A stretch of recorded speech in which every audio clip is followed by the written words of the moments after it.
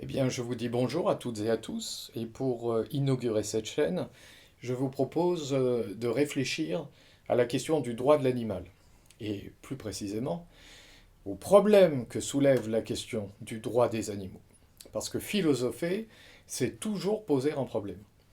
C'est poser un problème, c'est-à-dire c'est toujours au moins commencer par affronter la résistance du réel.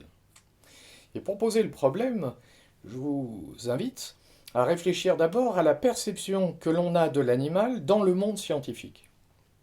Si j'envisage l'animal dans le domaine de la science, dans le domaine de la biologie, ou dans le domaine de la biochimie, ici l'animal apparaît immédiatement comme une réalité simplement régie par des mécanismes. De ce point de vue-là, l'animal est un ensemble de mécanismes. Un ensemble de mécanismes capables d'auto-activité. Autrement dit, de ce point de vue-là, le modèle qui permet de penser l'animal est le modèle de la machine. Un animal serait un ensemble de mécanismes, comme une machine est un ensemble de mécanismes mis en branle par les lois de la nature. On pensera évidemment à Descartes et à sa théorie de l'animal-machine, mais là, il ne faut pas se méprendre. Descartes ne considère pas, à proprement parler, que l'animal est une machine. En réalité, il soutient que l'animal doit être pensé à partir du modèle de la machine. Parce qu'il y a une différence entre l'animal et la machine si on considère qu'une machine est un artefact, un produit de l'art humain. Une machine est toujours produite par un artisan ou produite par un savoir-faire humain. De sorte d'ailleurs que la différence entre la machine et l'animal est une différence qui n'est pas qualitative, c'est pas une différence de nature. En réalité, c'est une différence quantitative. C'est une différence dans le degré de perfectionnement, dans le degré de complexité des mécanismes qui sont à l'œuvre. La machine, de son côté, est à l'échelle du corps de l'homme qui l'a fabriquée. Une horloge, par exemple, voit ses rouages mis en place à une échelle qui est déterminée par le corps même de l'horloger qui, avec ses doigts, avec ses yeux, met en place les rouages afin d'obtenir le mouvement qu'il cherche, mouvement qui a une finalité qui, en l'occurrence, est de produire et de donner l'heure. Alors que la machine, de son côté, est une production de la nature. Donc les mécanismes, alors que le vivant, de son côté, est une production de la nature. Et donc l'animal, en tant que production de la nature, est composé de mécanismes évidemment infiniment plus complexes. Donc, comme je disais, il y a une différence quantitative hein, à envisager entre la machine et l'animal. Mais il n'y a pas à proprement parler de différence qualitative. La machine est un modèle qui permet de bien penser l'animal, et c'est ce modèle qui est à l'œuvre dans le monde des sciences. Hein. Là, Descartes anticipe sur ce qui sera une approche de l'animal tel qu'on peut l'observer dans un laboratoire scientifique. Au fond, quand on étudie un animal scientifiquement, on n'étudie pas la vie, on étudie du vivant, des mécanismes empiriquement observables. On ne trouve pas beaucoup de choses différentes ou d'instruments différents hein, ou de matériaux différents si on compare un laboratoire de biologie et un laboratoire de physique. Il peut y avoir des distinctions, mais dans le fond, les mécanismes qui sont à l'œuvre dans l'animal, dans l'infiniment petit, ne sont en dernière instance que des mécanismes physico-chimiques. Donc là, on a une thèse qui porte sur la nature de l'animal. Et cette thèse implique de soutenir que l'animal n'est rien d'autre qu'un objet naturel appartenant à la nature. C'est-à-dire que l'animal ne possède pas en lui une qualité qui l'élèverait au-dessus des choses, qui l'élèverait au-dessus des objets. Et par conséquent, rien ne permet de soutenir que l'homme soit en lui porteur d'un devoir à l'égard des animaux. Il n'y a pas d'obligation morale dont l'homme serait porteur à l'égard des animaux si les animaux, en dernière instance, ne sont que des objets parmi les objets. Et corrélativement, si l'homme n'a pas de devoir à l'égard de l'animal, évidemment, l'animal de son côté n'a pas de droit. Donc le droit des animaux, de ce point de vue-là, apparaît comme une illusion. La thèse est claire. Elle a le mérite d'être claire, d'être radicale dans sa formulation. Et Descartes dit lui-même que cette thèse débarrasse les hommes, et là je le cite, du soupçon de faute à chaque fois qu'ils mangent ou qu'ils tuent des animaux. Il écrit ça dans une lettre à Morus. Donc si l'animal n'est qu'une machine, ou si c'est le modèle de la machine qui permet de bien penser ce qu'est un animal, alors évidemment, je n'ai aucun devoir envers lui, et je ne commets pas de faute lorsque je mange ou lorsque je tue un animal. euh, cette pensée-là, malgré tout, se heurte à une difficulté. Et cette difficulté est essentielle. Elle est essentielle dans la mesure où c'est une difficulté qui touche à la nature même de l'animal. Évidemment, les mécanismes que j'évoquais à l'instant rendent bien compte du fonctionnement biologique de l'animal. Fonctionnement biologique qui, en dernière instance, dans le fond, est toujours un fonctionnement de type physique ou physico-chimique. D'accord. Mais il est impossible de ne pas observer qu'un animal possède une qualité qui le distingue des autres êtres. Cette qualité, c'est une qualité à teneur métaphysique. Un animal possède une unité. Une unité. Leibniz pointe bien ça. Et pour mettre au jour ce que Leibniz propose comme raisonnement portant sur l'animal, je vous soumets deux images. Si je considère un carreau de marbre, ce carreau de marbre possède une certaine unité. Mais si je le coupe en deux ou si je le casse, j'obtiendrai deux carreaux de marbre. Ça signifie que l'unité du carreau de marbre, dans le fond, n'est qu'une unité d'agrégation. Ce sont des éléments agrégés qui produisent l'illusion d'une unité du carreau de marbre. Et si je le coupe en deux, j'aurai deux carreaux de marbre. Donc le carreau de marbre n'a pas d'unité réelle. Son unité n'est qu'une illusion, il n'a pas d'unité réelle. En revanche, si je considère un chien et que je le coupe en deux, je n'aurai pas deux chiens, évidemment. Mais je n'aurai même pas deux demi-chiens. Car les deux parties du chien que j'obtiendrai, après avoir coupé le chien en deux, ces deux parties vont se décomposer. Voilà, ça c'est le propre du cadavre. Le cadavre de l'animal est un corps en décomposition. En décomposition, ce qui surgit ici, c'est l'idée que le corps vivant de l'animal, par opposition à son cadavre, est un corps qui est composé, qui est organisé comme si chaque partie composant le tout trouvait sa place en fonction précisément de ce tout. L'animal ressemble donc à un tout qui précède les parties. Il ressemble à un petit cosmos. On pensera ici au cosmos grec, ce monde clos à l'intérieur duquel chaque réalité trouve sa place en vertu de sa nature. Donc l'animal est un microcosme. Il possède une unité. C'est un individu. Individu, il faut prendre le terme là en son sens étymologique, il est dans une certaine mesure indivisible. Je peux toujours couper l'ongle d'un chien, mais si je le coupe en deux par le milieu, l'unité sera rompue, et le cadavre finalement n'est rien d'autre que la rupture de l'unité organique, ce qui est une définition biologique de la mort. Donc, un animal est un individu. Et alors, la question se pose immédiatement de comprendre, de savoir comment il se peut qu'il possède une telle unité. Parce que les mécanismes ne rendent pas compte de cette unité réelle de l'animal. Bon, si je considère une montre, qui est une machine, une montre, c'est pas un carreau de marbre. Si je coupe ma montre en deux, si je la casse en deux morceaux, je n'ai pas deux montres. Ça, c'est vrai. Mais je n'ai pas non plus deux demi-montres qui vont se décomposer. Je n'ai pas deux parties qui vont disparaître. Il peut y avoir une usure avec le temps des éléments qui composent la montre, mais la montre elle-même ne se décompose pas. En réalité, l'unité de la montre n'était elle-même qu'une unité produite de l'extérieur, par un agent extérieur qui a agencé les différents éléments.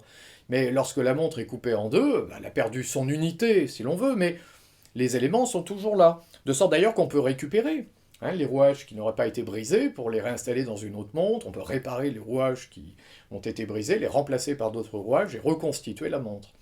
Elle ne se décompose pas. Elle n'a pas perdu cette unité qu'on observe dans l'être vivant en général et chez l'animal en particulier. Et là, l'image de la montre, il faut la prendre au sérieux. Une montre est un artefact, mais les mécanismes qui sont à l'œuvre dans la montre sont naturels. Il n'est pas moins naturel, je paraphrase ici Descartes, à une montre de donner l'heure qu'à un arbre de produire des fruits ou à un oiseau de faire son nid. Donc, si on prend au sérieux l'image de la montre, sans pour autant identifier l'animal à la montre ici, ce qu'on voit bien ici, c'est que la montre n'a pas la même unité. Parce que ces mécanismes ne font pas une unité réelle, contrairement à ce qu'on peut observer chez l'animal.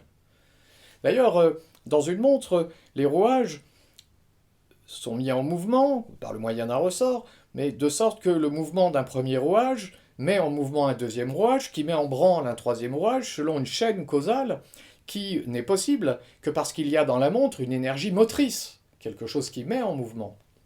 Mais chez l'animal, c'est tout autre chose, puisque dans un animal, il y a une réelle unité qui est observable. L'animal se reproduit, et d'ailleurs il s'autoproduit, et les éléments qui le composent eux-mêmes s'autoproduisent dans une certaine mesure. Donc il y a dans l'animal une énergie formatrice, hein, comme le dirait Kant, c'est pas seulement une énergie motrice. Alors maintenant, si on compare un ensemble de mécanismes qui manquent d'unité, relativement à un animal, et si on considère maintenant l'animal, on se dit, mais qu'est-ce qu'il y a dans l'animal qui fait cette unité? Puisque la matière est toujours divisible, elle occupe un espace, et puisque les mécanismes n'expliquent pas cette unité. Ici, l'idée qui intervient, c'est une idée métaphysique. D'ailleurs, le terme même d'animal peut nous mettre sur la voie, puisque le mot animal vient du latin anima, qui veut dire âme. C'est peut-être l'âme qu'il faut penser ici comme ou une âme qui produit l'unité de l'animal. Et Leibniz d'ailleurs précise, c'est une âme qui fait l'unité de l'animal, et il écrit à l'image de ce qu'on appelle moi. Hein, il écrit ça dans une lettre à Arnaud, dans une correspondance, à l'image de ce que l'on appelle moi. Donc là, il s'agit de prêter à l'animal une véritable qualité métaphysique, qui fait qu'il se distingue de la matière brute, ou même d'une matière organisée selon des mécanismes, des purs mécanismes aveugles. Alors ça nous intéresse, parce que si on soutient que l'animal possède une qualité métaphysique, si on le pense comme ça, il n'est plus une simple chose, livrée à la nature, parmi d'autres choses. Si je soutiens que l'animal possède une qualité métaphysique, il m'apparaît comme un être qui s'élève dans une certaine mesure au-dessus de la simple chose. Il m'apparaît comme un être qui possède, on peut employer le terme, une dignité, de sorte que l'homme aurait bien des devoirs envers les animaux.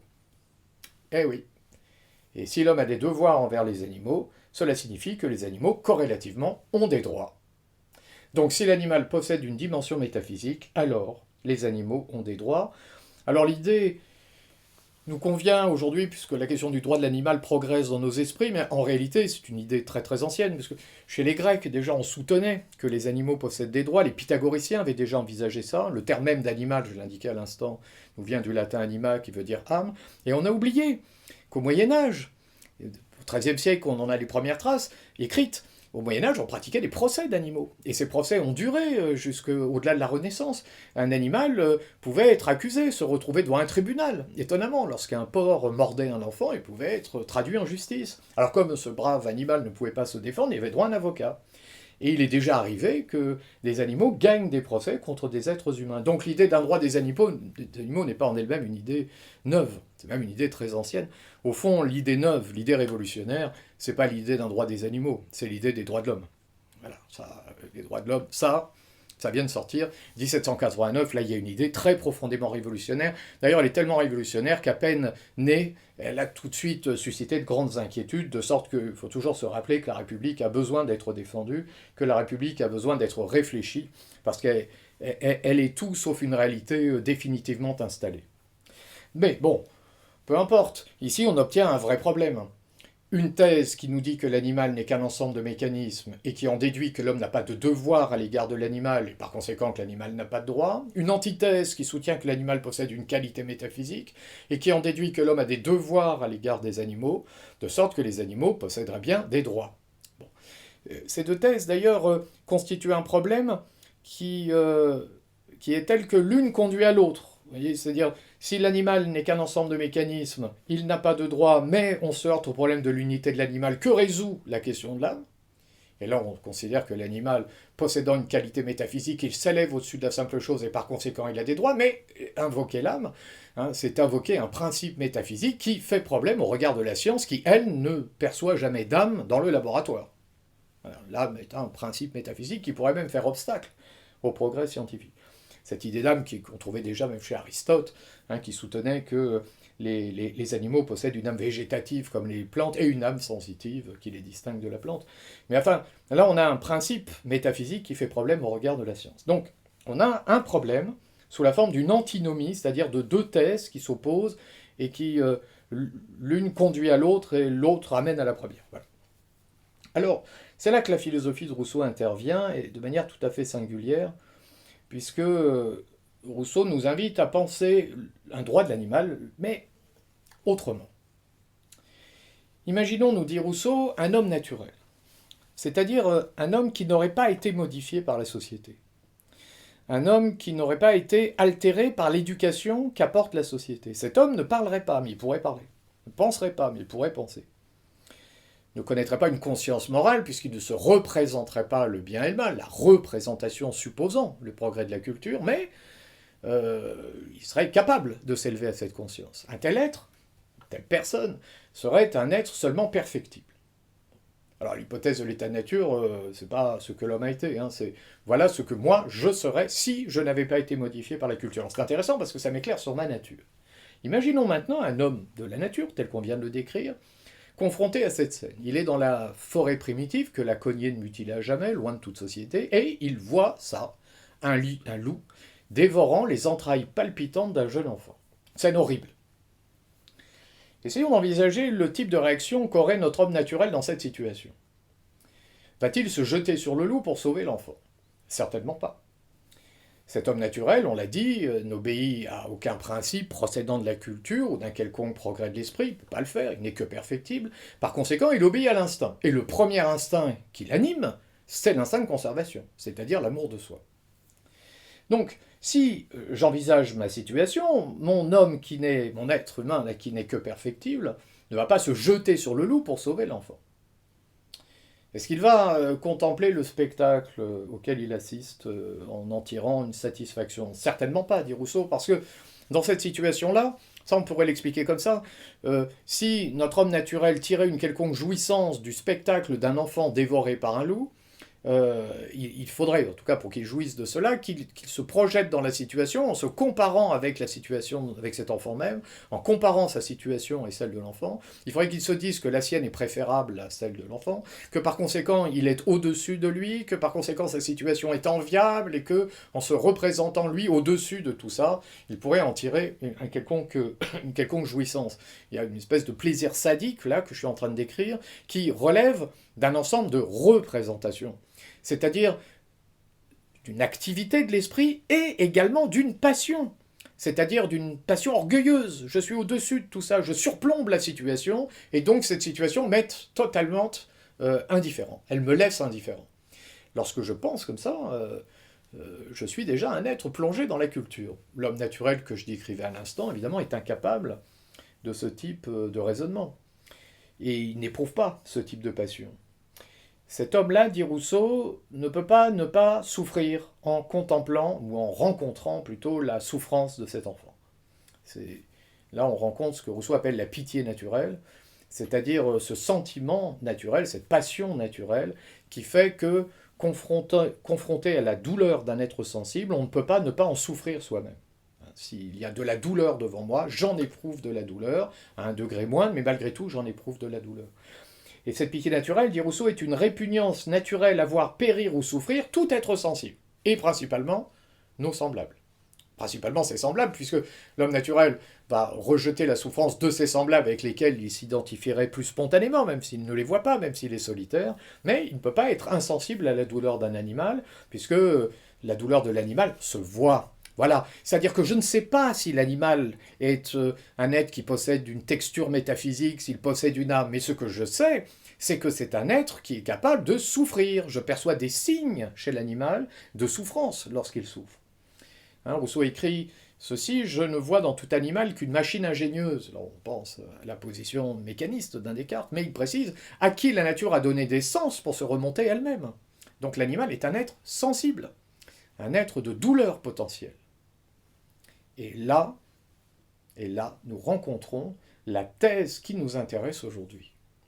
Parce que, regardez bien, si la pitié naturelle est la répugnance à voir périr ou souffrir tout être sensible, ça signifie que moi, qui ne suis plus l'homme naturel, moi qui suis modifié par la société, moi qui suis un être de raison, de conscience, de pensée, de parole, etc. Si je fais souffrir un animal gratuitement, c'est que la nature en moi est totalement étouffée.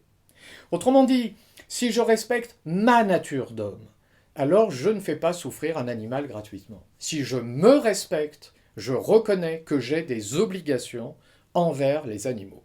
Et si j'ai des obligations envers les animaux, évidemment, ça signifie que les animaux ont des droits. Ici, on voit bien comment les choses s'articulent. C'est à partir d'une pensée de l'homme qu'on peut dériver une pensée du droit des animaux. Vous voyez, le mécanisme que j'évoquais tout à l'heure a raison sur un point. On ne peut pas déduire un droit de l'animal de la nature de l'animal. Mais il a tort sur un point, c'est que les animaux ont des droits. Le métaphysicien, lui, a raison sur un point. Les animaux ont des droits. Mais il a tort sur un autre point. On ne peut pas déduire ce droit de la nature même de l'animal. La solution consiste, avec Rousseau, à déduire le droit de l'animal de la nature même de l'homme. Cette solution consiste donc, pour bien penser la relation à l'animal, elle consiste donc à commencer par bien penser l'homme lui-même. Et là, nous rencontrons ce qui fait qu'une philosophie est une philosophie véritable, c'est-à-dire une pensée de l'homme. Au fond, penser la relation de l'homme et l'animal, c'est en revenir au précepte socratique, c'est-à-dire connais-toi toi-même. Voilà. Eh bien, je vous remercie et je vous dis à très bientôt pour un autre objet de réflexion. Au revoir.